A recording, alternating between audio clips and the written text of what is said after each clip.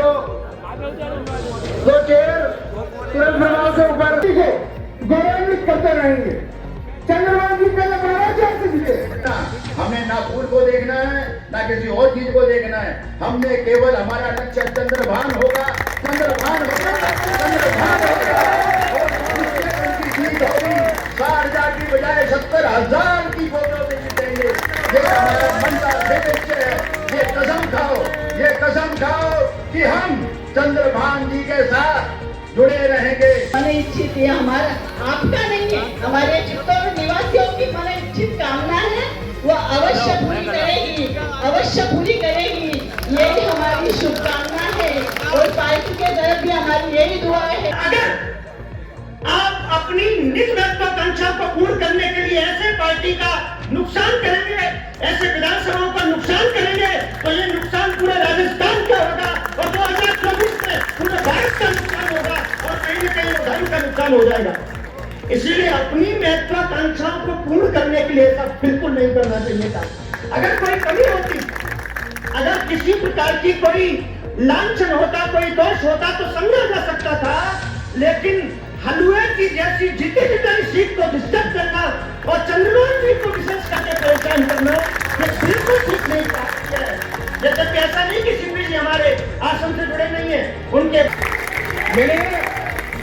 क्योंकि आप लोगों ने पहले भी सीटें दूसरी खराब करी थी, मैं सीटें खराब करने नहीं चाहता हूँ। मैं चुनाव लड़ूंगा तो यहाँ से लड़ूंगा। उन्होंने कहा आपको बाद में देख लेंगे, आपको लोकसभा चुनाव लड़ा देंगे, कहीं आपको पार्टी सेट कर देगी। मैंने कहा जनता का स्नेह और प्यार है, मैं चुनाव जनता के साथ लड़ूंगा, जनता के साथ खड़ा रहूंगा और आप जब भी करेंगे मैं आपकी आज्ञा का पालन जरूर करूंगा। तो ये चुनाव तो मैं जनता के साथ लड़ूंगा और जनता के साथ खड़ा रहूंगा। ये वादा मैं आप लोगों के बल बूते पर, आप लोगों पर मैं करके आया हूँ और आज भी कर रहा हूँ। कहीं पे भी मैं दिल्ली जाऊँ, जयपुर जाऊँ या कहीं मेरे बुलाए, मैं जाने के लिए तैयार हूँ। पर जब भी जो फैसला लूंगा इस जनता के बल बूते पे लूंगा और जनता के बल बूते पे मैं चुनाव जीत करके लड़ूंगा। उसके अलावा और कोई बात नहीं है। राजीव साहब का हम स्वागत करते हैं।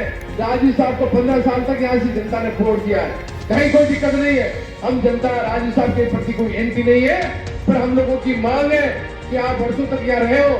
हम अब लोकल एमएलए चाहते हैं, यहाँ का विधायक चाहता है, यहाँ का एमपी चाहता है, यहाँ का चेयरमैन चाहता है, लोकल प्रधान चाहता है। इसलिए हम राजीव साहब का विरोध नहीं करें। राजीव साहब को तो बड़े नेता है, राजीव साहब को तो राजस्थान में कहीं से चुनाव लड़ सकती है, कहीं से लोकसभा चुनाव लड़ सकती है, कहीं से राज्यसभा चुनाव लड़ सकती है।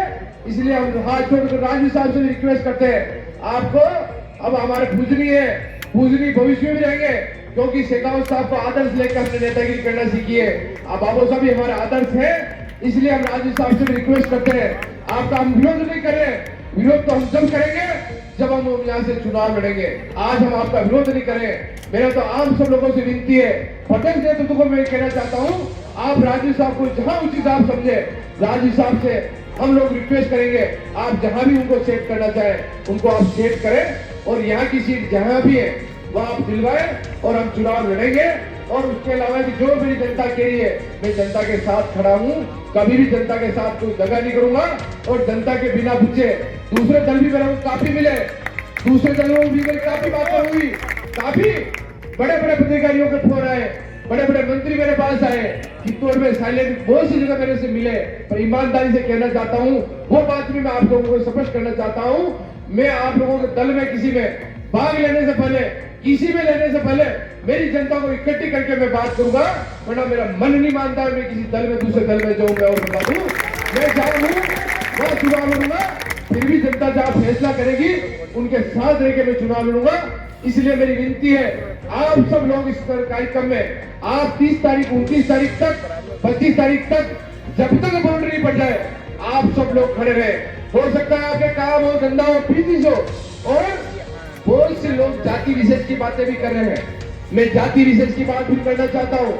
आप सब लोग जाति विशेष की जो लोग आज बात कर रहे हैं, जब मैंने यहाँ भले ही सरकारी समिति बनाई हो, विकास बैंक बनाया हो, यहाँ के नगर पालिका 3 8 5